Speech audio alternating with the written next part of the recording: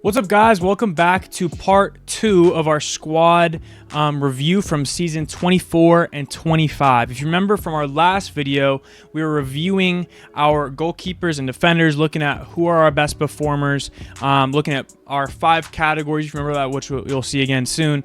And our 5 categories were player of the season candidate, solid, okay, bad, and then NA for, they didn't participate enough to really get a grade or warrant a grade. So we're going to step straight into part 2, and what we're doing today is we're looking at the midfield group. And this group's a little bit silly, I think, because we have, some players that probably should have been in one of our other groups, but that's totally cool. We'll just roll with the punches. But again, what we're doing is we're looking at, we're not doing any transfer predictions or anything like that. So anyway, what we're trying to see here, guys, basically looking at it from trying to be an unbiased view, not of my favorite players or any of that, but basically in all of our different position groups, who performed best, who performed okay, who performed badly, and basically how do we review the season as a whole through that lens. And then as the summer progresses and we get more of our transfers through the door, we're going to do a kind of a squad preview of players we're excited for. It's not, of course, going to be a review because we won't know how they played yet. But that's still to come. So part 2, starting right now, we're talking about the midfield group. So let's go ahead and hop over there. All right, guys, so if you see here, we're still on tier maker, and you see here, this is our defensive group. This is our defensive kind of grading that we did here, and our player of the season candidate was Mark Cucurella, and we're going to continue just building all of our tiers into this so that then we can make a decision about who is our overall player of the season. But before we do any more of that, let's go ahead and hop and just go straight into the midfield group. And again, this is not every single player is going to get a grade because some of these on this list didn't really participate with us. So today we're going to be grading Enzo Fernandez, Leslie Ugochukwu, Carney Chukwuemeka, Connor Gallagher, Cole Palmer, Moises Caicedo, Cesare Casadei, Romeo Lavia, Kieran Dewsbury Hall, and Renato Vega. So those are the players we're going to look at. And let's start with Enzo Fernandez. Enzo Fernandez, for me, immense season, especially the second half of his season. What a player. His ability to come in the box, get in dangerous positions, his finishing ability, I would say inside the box, outside the box, distance shots are not great for me, but inside the box is immense. And his play creating, his ability to stretch the field, his long diagonal lifted balls are so solid. I think for me, he has to be solid. He's definitely not okay. He's got to be solid. He had his best goal contribution season, I think, in professional football, period, I think. You guys go ahead and correct me if I'm wrong, but I'll try to put up the stats for that right here of how many goal contributions he had. But super solid season for him. He's not player of the season material for me. He could potentially get there, but not this year. He's definitely better than okay. So he's first one in solid for us. Leslie Ugochukwu didn't play for us, so he's gonna hop straight into NA. And I didn't really follow how his loan went. I know he was at was he at Southampton, or was that last season?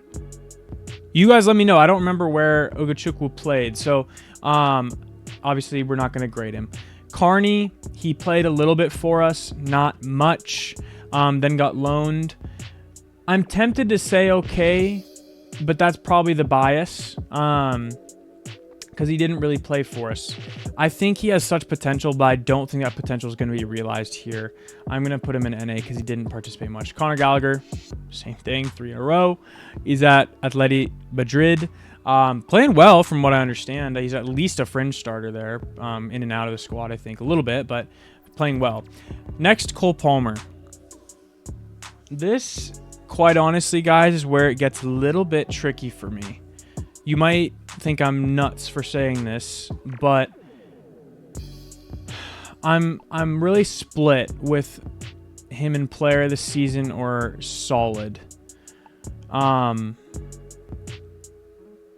there's one other player I know is going to be a player of the season candidate for me. But I also am not reactionary. I'm going to keep him there for now, and we'll change if we need. I think Cole Palmer still had a very good season, guys. It was funny, and let me get this straight. I am not comparing Eden Hazard and his legacy and Cole Palmer at all. Cole Palmer needs to be here like 5 more years before that's possible. But what I am saying is just to kind of calm down our oftentimes reactionary look at things. I feel like we look at Cole Palmer like, oh, he disappeared for so long. He was such a bystander this season compared to last. He still had, 16 goals and a lot of assists as well. Again, I'll put that stat up here. I'm trying to just stay on this tier maker so we can stay focused. 'Cause I tend to ramble, as you guys maybe have picked up on by now. Anyway, what I'm saying is that is still pretty much close to the goal contributions Hazard was averaging during his best seasons in Chelsea. That's why I'm saying it's not as good as last year, of course, which is why I'm tempted to do solid for him. But I'm going to keep him player of the season because these are candidates. Remember, they're not winners. But I'm tempted, like, do I even keep him there? Because I don't think I consider him for player of the season. We'll keep him there for now. The reason why this decision was harder because I was looking with my right eye over here at Moises Caicedo, who absolutely is a player of the season candidate for me. He was a player of the season confirmed by the club itself. And obviously he should be. And here's the thing, guys. I think he is criminally underrated. Paul Scholes said this absolutely mad quote, like unbelievably ignorant in my opinion, where he basically said, people are raving about Moises Caicedo because he played 38 games, but I don't remember seeing much quality. That's paraphrased. I'll try to find that quote and share it with you guys. But that's absurd. He led the league in so many different statistics. He's such an amazing destroyer as well as progressor of the football. I think it's crazy to not have him in player of the season. And for me, not have him in player of teams of the seasons for the whole Premier League. I think that's absolutely absurd, and he's not getting the recognition he deserves. But he will for me. Player of the season candidate easily.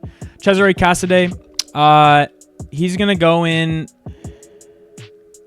He did serve us in the Conference League some, so I'm going to put him in okay because I don't think he was terrible when he did play. He never showed me much, which is why we sold him to Reno.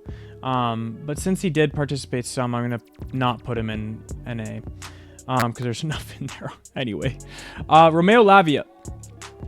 Some of you might disagree with me here as well. You might want to put him in solid because he's such a streets footballer. Like, everybody loves the guy, and I do as well. But I'm putting him in okay, and part of that is due to availability. I rate availability extremely highly when I'm rating players, because if you're elite for 8 games in the season, I know he played more than 8 games, but just for the sake of the argument, let's say you play 8 games, you're the best player in the world. You're still not elite for me if you're missing 75% of the season. I need him to be more consistent, and I know some of that's out of his control, and I don't blame the guy, but just for his sake and his career and his future at Chelsea, especially with guys like Andre Santos coming on, I am a little bit worried for him moving forward. He needs to have a filled out season next year, but he'll be an okay for me. Kieran Dewsbury-Hall. He's not. I think we all know that he's not Chelsea quality. I think it's funny when people say I don't mean any disrespect and they say something that's kind of disrespectful. I don't mean to. But the bottom line is sports has tiers, and I don't think he's a top 4 level player. I think he's more of a mid-table player. I'm not saying he needs to go to a different league or he needs to go to the championship. I think that's absurd when people say he needs to go to the championship. He absolutely does not. But I think he should go to a mid-tier team like a Brighton, like a West Ham, like a Wolverhampton. Fit him in it. I think those Wolves I know have been poor lately, but one of these teams that is generally competitive, I think he would fit in, but not at Chelsea. Even still, I'm not going to put him in bad because I think that's unfair. I actually don't know if any of my midfielders are going to go in bad for me. Maybe they will after I review a little bit, but he's going to go in okay for me, not because of the Premier League, but because of the Conference League. I think he served so well there. He never complained. His mentality was top, in my opinion, and he contributed a lot in the Conference League, guys, a lot, and I think he deserves to be at least okay. I'm not saying he's in solid, so don't freak out. I'm saying he's okay because of the Conference League that carried him. He was basically didn't even participate, I feel like, in the Premier League, it felt like, but he'll go in okay for me. Renato Vega is actually the last midfielder we're rating here. He's not really a midfielder. I know he can play there, but he played as a left back for us primarily and played as a center back for Juve, so he probably should have been in the first video. But either way, hear me out. I'm torn between okay and bad because he did play for us a decent amount the first half of the season. And I think he was okay as a left back. I know everybody loved and raved about his you know, the way he'd rev up the crowd and be like, yeah, come on, when he'd make a tackle, all that good stuff. He's a big boy, like all these things. Like, he's competitive, he's dominant. The thing I worry about is, and there's a reason I consider putting him in bad, not necessarily because his performance, and you guys might think my logic is inconsistent, which it might be, very well could be. The reason I put them there is because the way he kind of forced his way out in the middle of the season irked me.